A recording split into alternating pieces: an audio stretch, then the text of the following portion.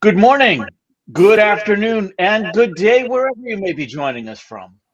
Welcome to another edition of the Digital Download, the longest running weekly business talk show on LinkedIn Live, now globally syndicated on TuneIn Radio through IBGR, the world's #1 business talk, news, and strategy radio network. Today, we're unlocking neuro inclusion for business success. We have a special guest, Ed Thompson, to help us with the discussion. Founder and CEO of Optimize, Ed has led neuro inclusion strategies for top organizations. But before we bring Ed on the show, let's go around the set and introduce everyone. While we're doing that, why don't you in the audience reach out to a friend, ping them, and have them join us? We strive to make the digital download an interactive experience, and audience participation is highly encouraged. Right. So, with that, introductions. Adam, would you kick us off, please? Hello, everybody. I'm Adam Gray. I'm co-founder of DLA Ignite, and this really is the nicest way to round out the week for me on the longest-running weekly business talk show on LinkedIn Live. And every time you say that, Rob, I just think it's amazing that we've been doing this for so long. So, thank you. It really is. Thanks for being here, Tim. Yes, thank you. Welcome, everybody. My name is Tim Hughes, and I'm the CEO and co-founder of DLA Ignite. And I'm also famous for writing the book, Social Selling Techniques to Influence Buyers and Changemakers. Excellent. Tracy. Good morning, everybody. I am Tracy Borison, founder of TLBE Coaching and Events, a proud partner of DLA Ignite, where we care about marketing that works and just not doing marketing things. And I'm glad to be back. It's been a few weeks since I've been on the show, and it's always great to see your lovely faces. It's good to have you back, Tracy. Yeah. Bertrand. Hi, everyone. I am the newbie on that call. Based in France, and very proud DNA Ignite partner. I'm the founder and managing director of Odysseus & Co. And we work with customers to create more conversations. Excellent. Thank you. And myself, I am Rob Durant, founder of Flywheel Results. We help startups scale. And I, too, am a proud DLA Ignite partner. As I said, this week on the Digital Download, we'll speak with Ed Thompson. With years of experience promoting neurodiversity in the workplace, Ed has worked with organizations to leverage talent that, wait for it, Adam, you'll recognize this, thinks differently. I had to borrow something from Apple. Yeah, and it's right and proper that you should. There we go. Let's bring Ed on. Ed, good morning and welcome. Hi, Ed. Ed, we've suddenly lost your audio.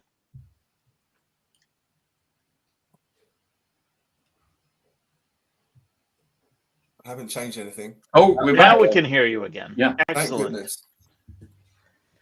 Welcome, Ed. Thank you. Ed, let's start by having you tell us a little bit more about you, your background, and what led you to where you are today. Yes, thank you. It started for me a long time ago, and I had a pretty serious car accident right at the beginning of my career and a major head injury. And at the time, I'd never heard of the word neurodiversity. And I was off work, wasn't back full time for about 5 years. Eventually, when I was, having done a bunch of consulting in the interim as I sort of tried to, make something of my nascent career, I found myself working for the CEO of a tech company in London with a mandate to sort of do the things that he wanted to happen, but nobody else had time for, which was, he'd obviously seen something in me, given that, I'd done quite well at university, although I'd obviously had this weird start to my career. And to my surprise, everything I got stuck into was about people. That wasn't what I'd done before, but that was what was keeping my boss up at night, particularly the idea of how do we build a 21st century workforce, and a sense that the team we had to some degree looked the same, thought the same, and wasn't quite it. So I got involved very much from a strategic boardroom perspective, sitting with the CEO in strategic diversity initiatives. How do we change that? And having had some success with that, having built some programs that actually went across the London tech sector, I started getting interested in neurodiversity at work because of my own experiences with a brain injury and because of neurodivergent family members. And that's the first time I heard the word. It happened to be a time where, and we're talking about 2016-ish, 2015, where some companies, a very small amount of companies, were starting what they called neurodiversity at work initiatives for the first time. And so Optimize was born because once I'd done all that stuff, I wanted to do more of it. Optimize was born with a sort of underlying mission to change the way the business world thinks about all of our brains. Thank you for that. Ed, I want to start with a foundational question, if we could, please. I think I know what you mean by it, but I want to make sure that we're clear for the audience. What do you mean exactly by the term neurodiverse? Thank you, and I think that's really important because there are lots of misrepresentations of this. Actually, there are graphics you can see out there that say neurodiversity, and then it says autism, dyslexia, dyspraxia, etc., as if that's it, when that's not the case. Neurodiversity, in a sense, means what it sounds like it means. It means that humans have different brains. Everybody is wired differently. As one neurodivergent writer said, I think quite memorably, you can't go to, the British Museum or the Smithsonian and see the normal brain in a jar. Doesn't exist. So everybody's wired differently. And in practice, that means we all have different cognitive functioning around things like how we process information, our executive functions, things like how we plan, our memory, and how we experience the sensory world. So to bring that to the workplace, that means we're all different in how we like to communicate, how we like to learn, which I think is probably the best appreciated of these, how we like to problem solve, and the sort of work environment we enjoy. And you could put there where we like to work, how we like to manage our energy, and so on. Some people do have less common traits that can lead to a identity and or a diagnosis as neurodivergent. I think that's best described in the words of one of our advisors, Nick Walker, who's an author and educator in the neurodiversity space, as different from societal expectations of normal. And again, so why is that important in the workplace? Well, there are many stereotypes of neurodivergent people that are negative. But actually, if you look at what neurodivergent people say about themselves, more than half of neurodivergent people say they think they're particularly unusually creative. 44% say they have an unusual ability to focus for long periods.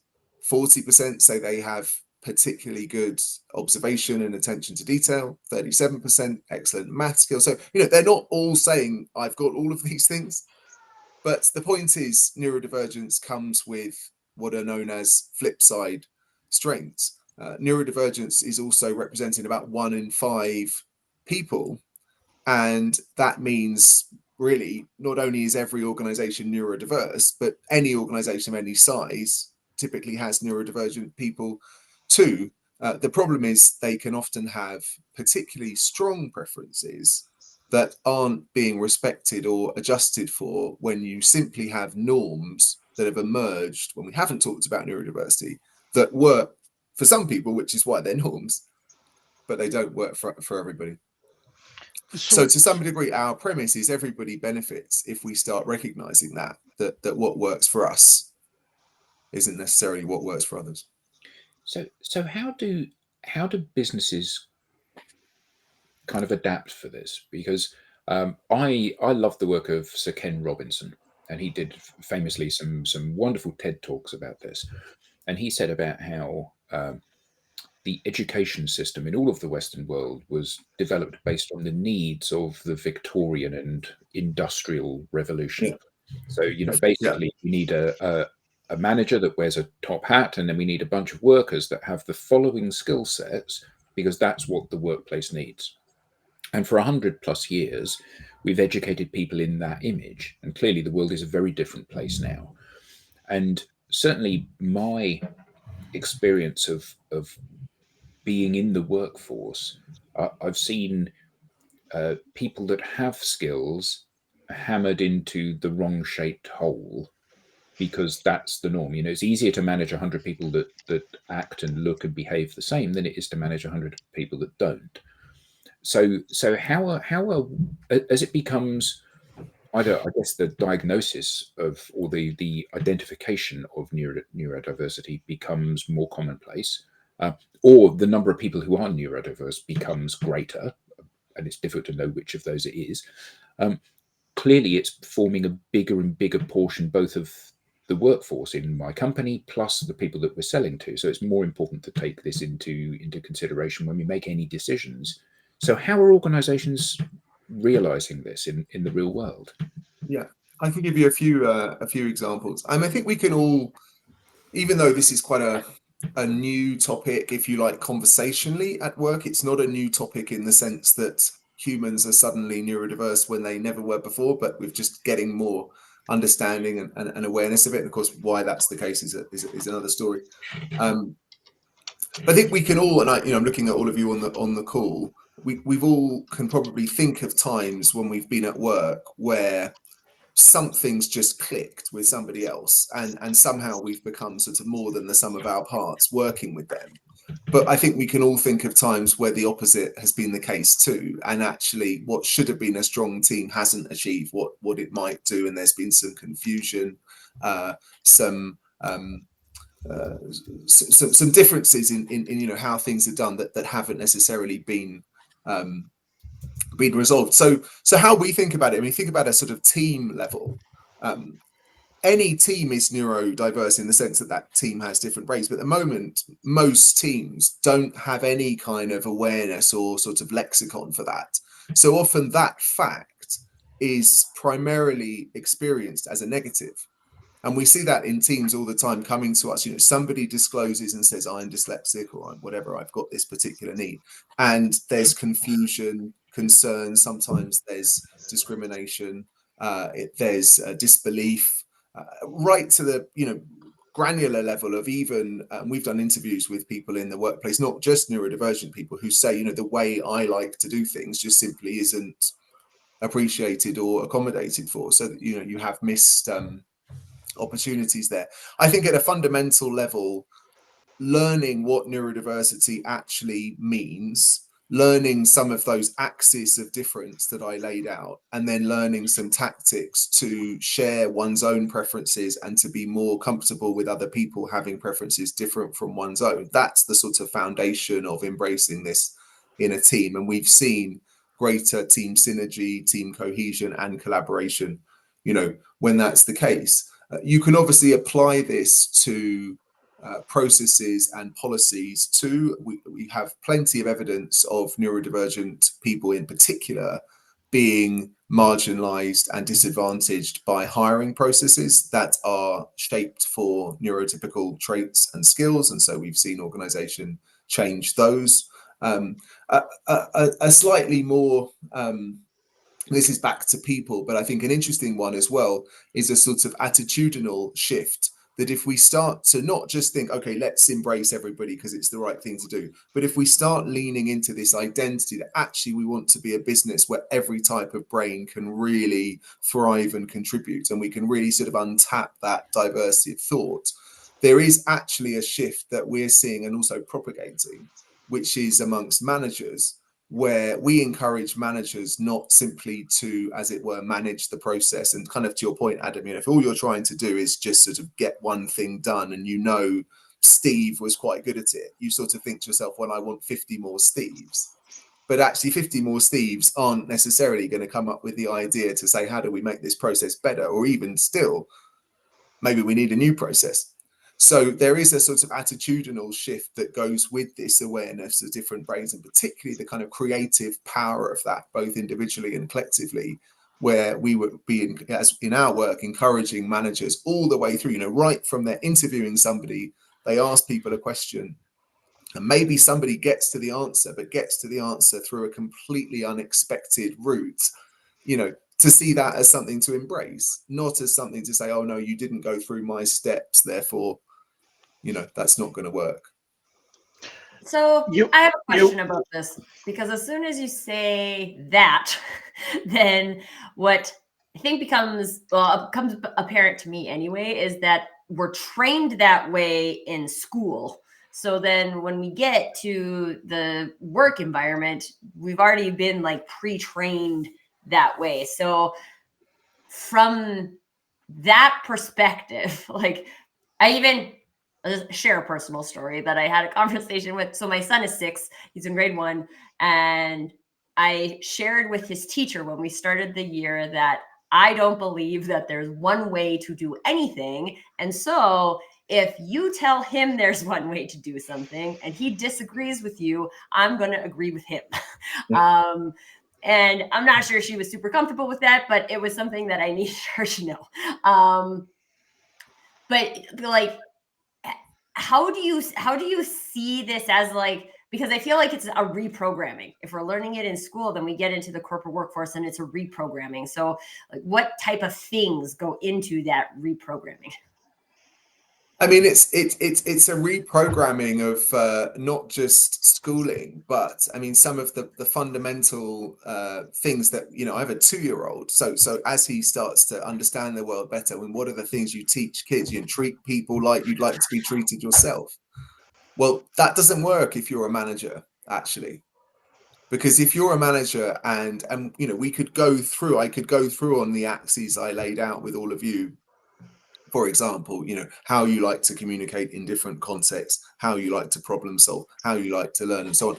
And I would get different answers regardless of any of you identify as neurodivergent. And that's the case in any team. So you're also kind of rewiring that. But I think this is good, and I think that's what we do. I don't think we shy away from that. This topic in the past has either just been ignored, and there's been a sense that most things sort of work for most people, and if the odd person, it doesn't work for them, they'll put their hand up and tell us. Well, we know that doesn't work. I mean, most neurodivergent people won't tell you if things aren't working for them for obvious reasons. And then some of the attention to it has been, okay, well, it doesn't work for some people. So if we have an autistic person or we have an ADHD, what are all the things we need to do differently for them in order to not screw things up? And again, that first of all is difficult because everybody's different. There isn't a sort of one size fits all cheat sheet. But it's also not getting to the reality that we all have a different brain to start with. So we don't shy away from that. I think we very much see people as getting a new set of goggles on their team. They're not diagnostic goggles to say, oh, I think you're this and I think you're that. It's just an openness. It's building a kind of conversational scaffolding we've never had that doesn't require what we call sort of big D disclosure, but just in everything, whether it's onboarding, whether it's meetings, whether it's how we work remotely with each other. There is simply this base understanding of these differences and the axis that I described, and that really actually changes a team and gives people a lot to build on. What's nice is we as Optimize, and that's this is what we do, is help people embrace this. We find we don't need to be there the whole time. So a lot of the time, once, as we say in the UK, the penny drops and people start to see this and the goggles are on, if you like. They can often see themselves that maybe what they're doing in a bit of their hiring process probably isn't the best, and can start changing that. I want to dig into the more inclusive workplace bit in a moment, but first I wanted to share a friend of the show and former guest, Jess Flack, shares with us great conversation. At least 50% of the tech sector is fortified by neurodiverse staff, but only 30% of special educational needs young people by age 16 get a level 2 qualification in maths and English, as opposed to 70+% of the non special educational needs public. And currently, only maths and English are counted as functional skills. I'm campaigning for digital as the third functional skill. Digital can enable neurodiverse people to achieve more. Jess, thank you so much for that contribution. Thank you for checking in. It's great to hear from you again. I saw a post on LinkedIn the other day. Someone had 200 applications for a job, and he didn't know how to filter that 200 applications down. So what he decided to do was the first filter was on spelling mistakes. So he basically filtered out anyone that had made a spelling mistake. And what he did was, because the role was for an American role, anybody that used S's rather than Z's were basically filtered out. And one of the responses on the LinkedIn post pointed out that he'd made a spelling mistake in his post, and therefore, what was his expectation? Should she just scroll on, or? And then there was a discussion about the fact that that neurodiversity means that some people may make spelling mistakes. Or that your phone autocorrects a word to something that you didn't mean it to say. Yeah. But I think it points out a really interesting way. I mean, one, it shows a way that I think is common, right? So I think this is something that is trained. We think people who have perfect spelling are good and people who don't have perfect spelling are bad. And it's an opportunity to open that conversation to say, like, I'm pretty sure Tim has pointed out spelling mistakes on my posts and I've fixed them, right? Like, and then are we taking that to the additional level of discriminating against that, right? Because in that example, and now we're discriminating against the spelling mistake. And is that actually what we meant to do? Or did we do it because of ease of use, but we didn't really think about the ramifications of that? Yeah. I want to jump in here. Thank you both. And it's really interesting. I should say, first of all, that one of our main script writers at Optimize is dyslexic and, by her own estimation, not very good at spelling. So that's just something that, I think a lot of organizations would say, oh, we need someone to write a script and therefore, perfect spelling is essential. Well, we actually see in her everything she brings to the scripts, and we deal with the spelling part. And I think that's a microcosm of, again, maybe a sort of attitudinal shift here. Back to Adam's point, I think the sort of industrial revolution, kind of Taylorian approach to work, coupled with the far slower pace of change in, say, the 20th century compared to the 21st, meant that organizations were attracted to generalists. And to some degree, it's kind of like it is following that school model. It's about sort of being quite good at everything. It's about not letting yourself down in any particular area. And to some degree, why not? If you've got the lifespan of companies is 60 years, to some degree, you don't want anybody to come and rock the boat. You just need somebody to come in and sort of do their little piece, and that's fine. But the 21st century is totally different. The lifespan of companies is, I think, under 15 years now and plummeting. I think we need to start leaning into the best human skills we can find, much more like a sports team leans into the best athletic traits. You don't have a sports team where everyone's sort of quite good at this and quite good at that. I mean, that doesn't work. You really try to take the best and blend. And we get to the idea of the spiky profile, which, in case some of your listeners and viewers aren't aware of, just to kind of lay that out quickly. If we were to take sort of 8 to 10 generic work skills that would be useful in most sort of knowledge work. Now that could be verbal communication, written communication, it could be creativity, it could be personal organization, it could be prioritization, things that are going to be useful to some degree for everybody. The generalist and potentially a neurotypical might be a 6 7s across the board. A neurodivergent person might be a 10 in creativity. And I talked to somebody from my book who said that he thinks he has 80 to 100 ideas for every one idea one of his colleague has. And there was no boast there. But that same person might be a 3 in personal organization. They might be a 2 in written communication. So again, it's a sort of, there is that, to your point, there is a sort of mindset shift here. Is that what we want? I would argue that is what we want, but we have to start believing that. Well, Ed, thank you so much for raising this topic. I've got 3 kids, one of which has a very severe dyslexia, and it's been an absolute nightmare from school to even work. And yes, he's dictating to his phone the messages that he's sending to me, so that it actually comes in a way that I can read them. Because prior to that, I had to read them but loud to really understand what he was trying to tell me. And my experience is that the reality is that, at least in our country, is that there is, it ends up with building communities. So you will never hire someone different if you're not different yourself.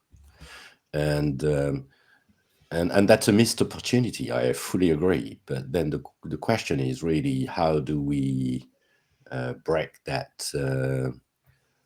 these walls? And because there's a bit of fear into this, there's the fear of the unknown. Well, we don't know these guys. We don't know how they behave. We don't understand this, so therefore it's scary. So we'd better let them between them instead of trying to understand. And I'm really curious about the methodology or the way you approach this with people who don't believe in this. So how do you really action, making them consider things slightly differently, and therefore, maybe reassure them on the fact that, it's not that scary indeed. Mm-hmm. Yeah, it's a good question. I mean, it's interesting. I don't think we've ever worked with an organization that wasn't embracing this, for the first time. And of course, you get very, very different foundational perspectives from folks who we work with. There's people who are neurodivergent themselves and never told anyone, to think, thank God this is happening. That's great, including leaders. And I've written recently about how many leaders are neurodivergent, but often, they've had to mask to get where they are. But then, of course, to your point, you have people who say, well, what's this got to do with me? I don't have any, autistic people in my team. This sounds like a waste of time. So I think it's building the awareness in a way that really resonates with people, which we try to do. Again, this is not about what happens if you have somebody who puts their hand up. This is giving everybody tools and tactics to work with whoever's next to them. And I think people start to understand neurodiversity when we start to dig into things like problem solving, and they realize that actually, regardless of whether they think their team is all the same as them, they're not. So I think that's where they start getting a sense of what this means to them. And this isn't, if you like, a diversity topic that is simply about including a marginalized group. It is, but it's also much more about all of us. But then, what happens while we do this, and what has been a truism of all the work we've done, is that in organizations that start to bring this in, more people start disclosing, more people start talking about it. And suddenly you realize this idea you had of, oh, we don't have anybody like that here, is nonsense. And you have this conversation fueled with the lexicon and the kind of the tactics and the sensitivity that we've primed people with. where it's not necessarily everybody says, "Oh, I'm dyspraxic," or but you have a far more openness and conversation about different ways of doing things, and including, just to your point there about, again, back to the point about leaders, including amongst leaders. Amazing how many organizations we've worked with, and as it were, the COO says, actually, I'm dyslexic myself, and this is really important to me, and I want to make this my big focus topic for 2025. And suddenly the manager who said, "What's this got to do with me?" feels a little different. We have some fantastic comments from the audience. I want to bring some of them in. Julia Harris shares with us, understanding the overlapping traits of neurodivergence helps us understand barriers and the mental health impacts of barriers on all humans. Amen to that, Julia. And we have Tanya Haig Coburn sharing, having a background in psychology with a past as being a teacher and now a leader, it's so important to recognize how widely neurodivergence is in the workplace, whether identified or not. So many of my female peers are now being diagnosed in their 40s with ADHD, which has been life-changing for them. The one-size-fits-all strategy in the workplace is antiquated and, quite frankly, needs to be overhauled. Thank you, Tanya. We have a number of other comments. Please keep them coming, and we will share them throughout. But I want to bring it back to Ed for a moment. Ed, I wanted to ask you, what are some misconceptions about neurodiversity in the workplace that prevent businesses from embracing it? Gosh, there's a lot. And I've written articles about this that I'm going to try and remember all my various points now. I mean, I think one we just talked about, the idea, as it were, we don't have anybody like that here. I mean, that's not only misses the fact that every team is neurodiverse, it also just misses the fact that that means that then we're not all the same as each other, and also misses the fact that, again, in any organization of size, you're going to have neurodivergent people as well. Another one, I think, is the idea of the sort of, I call it the misconception of the neutral starting point. I think businesses learn about something they hadn't been thinking of, and they sort of consider where they are is sort of neutral. Okay, well, we could be worse, we could be better. But actually, in any organization that isn't embracing this, and there isn't a positive conversation around it, and there aren't accessible accommodations, and there isn't an inclusive hiring processes, and there aren't transparent policies, and there aren't managers who appreciate that how people like to get instructions isn't necessarily how they like to give them, there is a negative starting point. Most people don't know what neurodiversity is, and most neurodivergent people at work, or many neurodivergent people at work, are struggling because of it. I think there's also the misconception that there is a sort of cheat sheet per, if you like, neurotype. So, okay, what do I do if I have someone who's autistic? What do I do if I have someone who's dyslexic? And and so on. But ultimately, that's nonsense. And we've interviewed so many people in the community as part of our focus groups, and to some degree, everybody bucks the stereotype in some way, right? Rather than confirming them. So that's another misconception I think is quite important, and actually relates to the comment you just had, Rob, about some of the, if you like, crossover amongst people who are neurodivergent. There's been a great movement the last few years of people who are both autistic and ADHDers sharing their experiences and traits. Of course, they're not all the same either, but there's some particular combinations of traits there.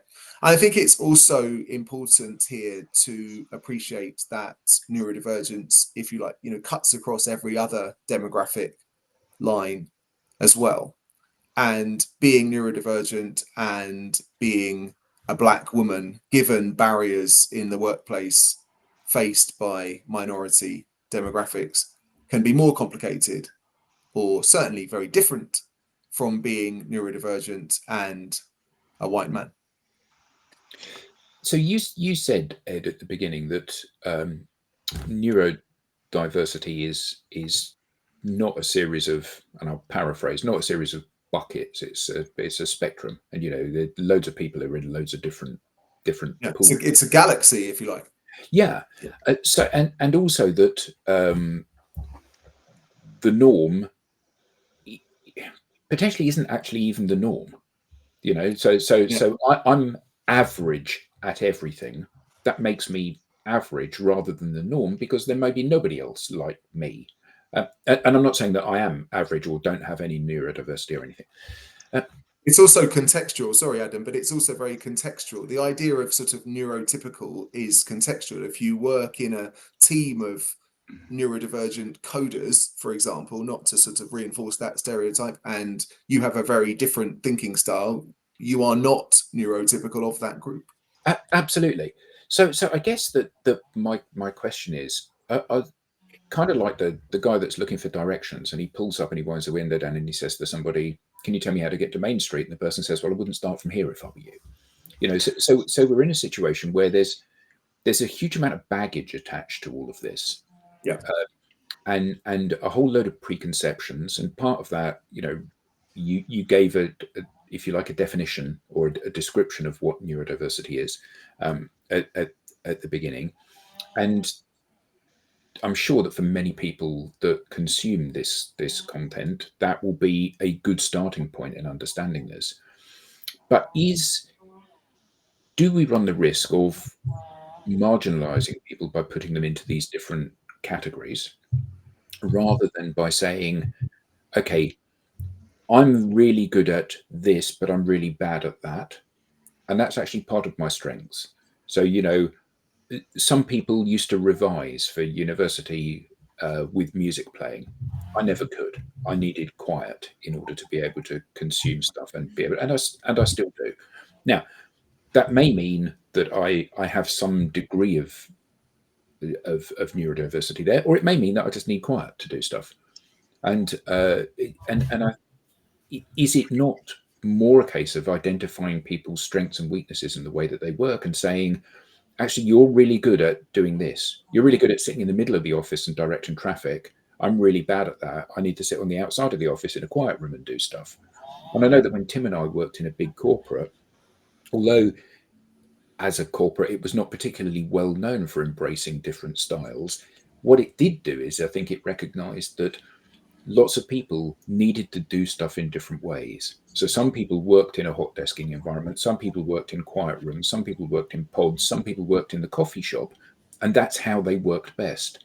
And although that wasn't given any kind of specific labeling or type, you were allowed to experiment with all of these different areas and see what worked for you. And is that a better goal to aim for than saying, okay, well, we've got all of these different types? And it's a question, not a leading question, because I genuinely don't know. I think that absolutely is. But I also would say I don't think, and I hope it hasn't come across that. I would say everything I've said has been to say we don't approach it by saying we've got all these different types. Absolutely. I think that's more about my ignorance than about what you said. Yeah. So I think the point of embracing neurodiversity is to go back to the beginning, to remember that this means that we all do things differently, right?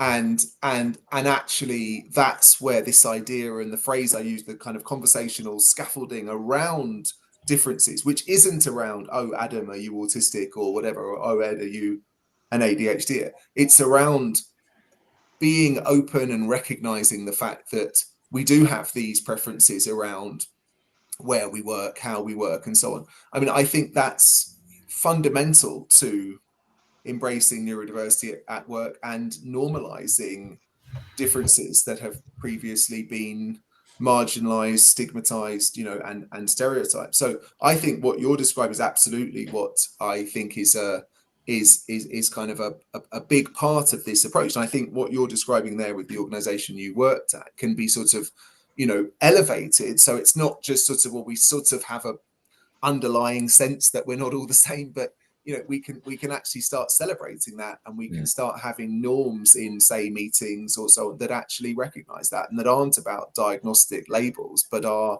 really putting that into practice, or different career paths for different, So I think what you're saying is absolutely right.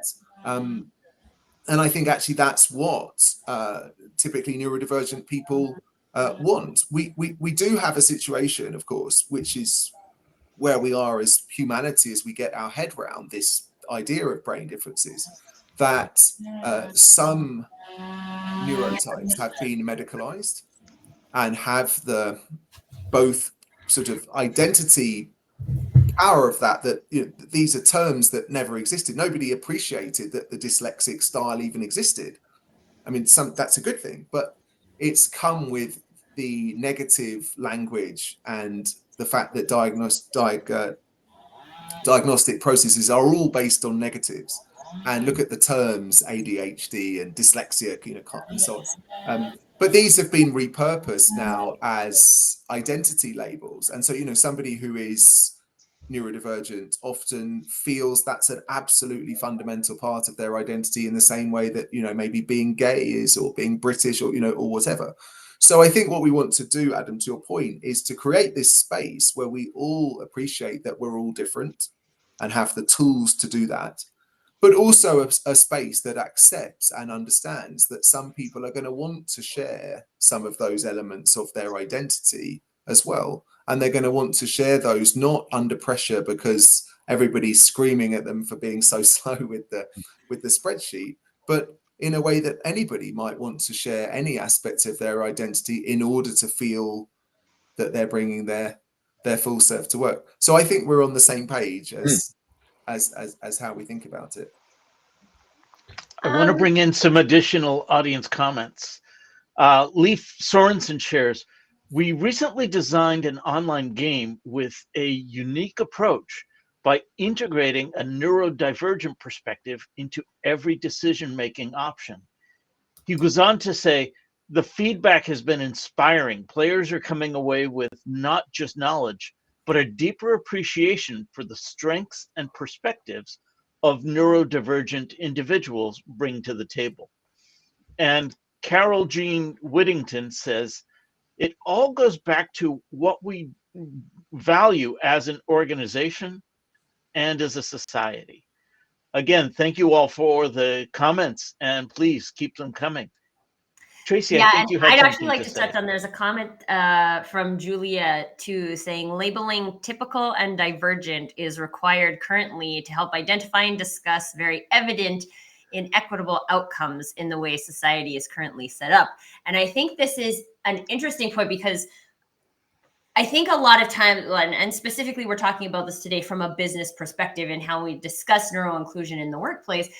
But Carol Jean is a very dear friend of mine, and I've heard her speak very often about the level of masking that happens in the neurodivergent community, which then leads to burnout in multiple areas, but also leads to a misunderstanding of how those people could be beneficial in a work scenario. So if you're a 10 in creativity, but you're hiding the fact that you're a 10 to try and be a 6, because that is what is quote unquote acceptable here, then we don't really have the exposure to your gifts in order to even have the conversation about how to use them.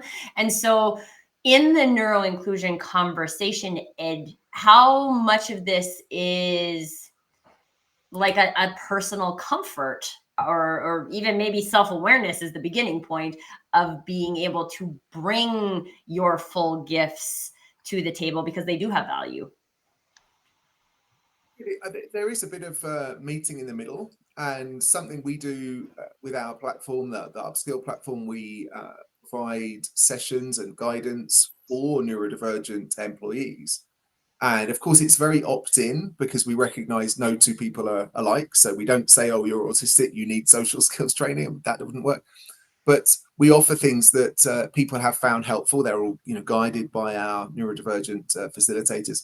And something we did recently was around what we call finding your niche, which is actually, if you're going to get into sort of strategic advocacy as a neurodivergent person of who you are, what works for you, what doesn't work for you.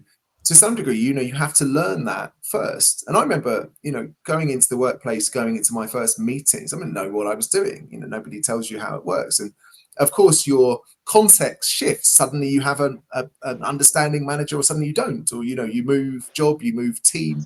So I think there should be in a sense, and this is kind of to Adam's point about, where we want to sort of get to. I think we should all be going on that journey of trying to understand our own brain and what that means for our work preferences, and evolving that sort of self-advocacy tool set as we go in our career. And it was interesting, we're working with one of the biggest companies in the world at the moment about leadership and developing more neurodivergent leaders. And actually what we found is they have lots of neurodivergent leaders already. And the neurodivergent leaders that they have absolutely embody leaning into the spiky profile. They're not people who've tried to pretend to be good at the things they're not good at. What they've done is they've been very, very good at advocating for themselves and their strengths and what those strengths can mean in their business around those peaks. I'm really good at these things, and our customers appreciate that. And they've learned also to get help and to advocate for that help in the areas where, they're not so strong. But I think that's a career-long evolution for all of us. And, I'm the same. I had a traumatic brain injury. I have a sensitivity to lights. My wife sort of is used to me. We sit down in a restaurant and I say, I can't sit here, I need to sit over there. Actually, let me sit over there because, there's a candle or a spotlight on my head, and I know I'm not going to enjoy the meal.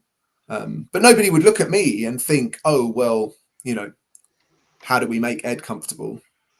But if you make me sit under bright lights, you're not going to get much out of me. Ed, I am convinced neuroinclusion is incredibly important for business. But where do I start? As a business, where do we begin? Because I've also heard you say one size does not fit all. Yes, well, we've asked neurodivergent people the barriers that they face. And again, neurodiversity isn't simply about including neurodivergent people, but neurodivergent people experience the norms and the barriers in a sort of extreme way, if you like. So it's I think it's a pretty good place to start to understand what they're experiencing. And actually, it's also pretty proven that if you remove those barriers, it's good for everybody. And so being able, for example, to organize your work in the way that you like to is going to be beneficial for a so-called neurotypical generalist who might say, actually, that's great, that's helpful if you don't mind me if I do it like that. And it's might be mission critical for a neurodivergent person who says, if you don't let me do it like that, I'm stuck. But we've asked them, what are the barriers you face? And the biggest barriers they describe are cultural. I mean, yes, they talk about physical environments. Yes, they talk about hiring processes. But the biggest issue is their teams just don't appreciate them, don't understand them, don't have sensitivity to the fact they might like to do things very differently. And often there is a reluctance to share, disclose because of stories of people who've done that and haven't had a positive result. And we interviewed autistic women who said they disclosed, and people said, oh, you can't possibly be autistic because you're female, you're married. I had a friend who disclosed at work who's autistic, who was met with sympathy that this must mean he had a very short lifespan. Also nonsense. So, we have to start with culture. We did some research last year with the CIPD in the UK, biggest HR professional body, one of the biggest in the world. And we found that even in the UK, where I think there's the best, most sort of lively conversation about this in the world, and it's not my bias, we found that more than a third of people at work didn't know what neurodiversity even was. And my guess is that's double that in the US. So the idea of that mindset, I can't remember which of your listeners talked about that sort of mindset shift. I mean, that's what we have to start with. And that's where, you know, some of the things we do, lunch and learns, and you know, sort of foundational training to just get people to understand, well, what does this even mean and why is it relevant to me? I know it doesn't sound sexy, but that is the platform that allows then more people to feel comfortable disclosing. As I said earlier, maybe more senior people start saying, actually, this is me as well. You start building this conversation.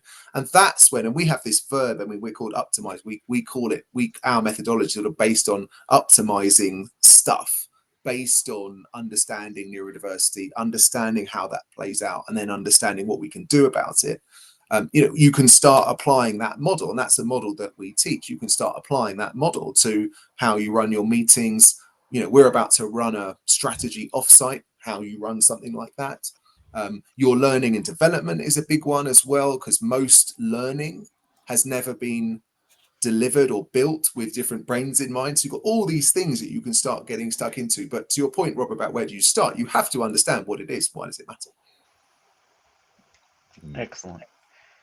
And I think I heard you say that you actually have a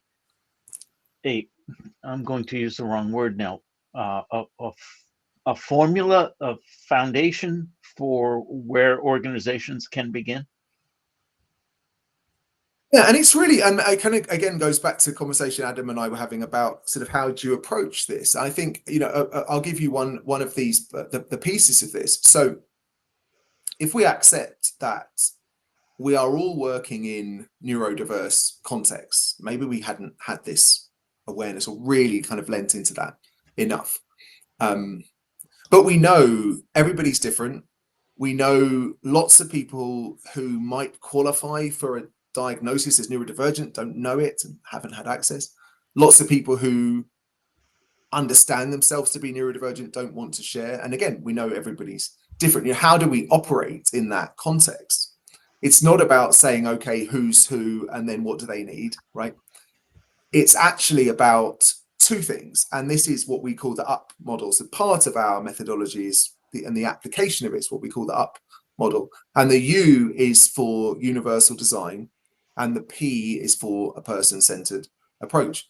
Universal design, which is, you know, a concept that's come from architecture, the idea of building homes, building, you know, office environments that work for everybody, we can apply in the workplace.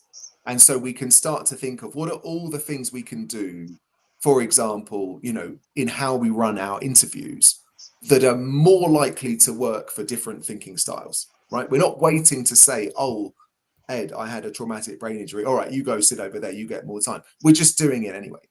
And that's probably 90% of what we teach people.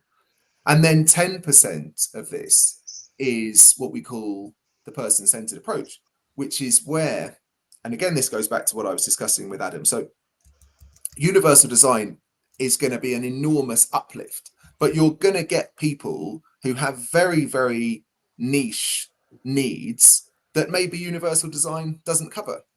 We were working with a police force, for example, and they had somebody as part of this initiative say, what I would like is a weighted blanket for while I'm in the police station. Now, of course, we hadn't thought of that. They hadn't thought of that. They didn't have 50 weighted blankets on the wall. But that was an opportunity for the person-centered approach. And this person knew how they work. They knew their sensory experience would be vastly improved by having this weighted blanket. So they didn't say, oh, no, we don't do that. They didn't say, we can't give you one unless we give one to everybody. They said, you know what you need. It's $100. Let's do it. And that person, you know, started to be, again, more comfortable and more successful. One more comment from the audience I want to share. Leif Sorensen says, why don't we use your model in a game to spread the word? He then goes on to ask the question that I ask all of our guests. Ed, this has been great. Where can people learn more? How can they get in touch with you? Great. Again, thank you everybody, and thanks. It's wonderful seeing such an engaged audience. I've been seeing everybody's comments and kind of nodding along and seeing so much knowledge and insight and enthusiasm here already. So thank you everybody. I always like offering my own email, which is ed.thompson@uptomize.com. If anybody would like to talk to me directly, if they want to know more about us, uptomize.com. I and we are also on LinkedIn too, so give us a follow, and vice versa. Excellent. Thank you. We now have a newsletter. Don't miss an episode. Get show highlights, beyond the show insights, and reminders of upcoming episodes. You can scan the QR code on screen or visit us at digitaldownload.live/newsletter. On behalf of our panelists, to our guest Ed, and to our very active audience, thank you all for being a part of today's Digital Download, and we'll see you next time. Bye all.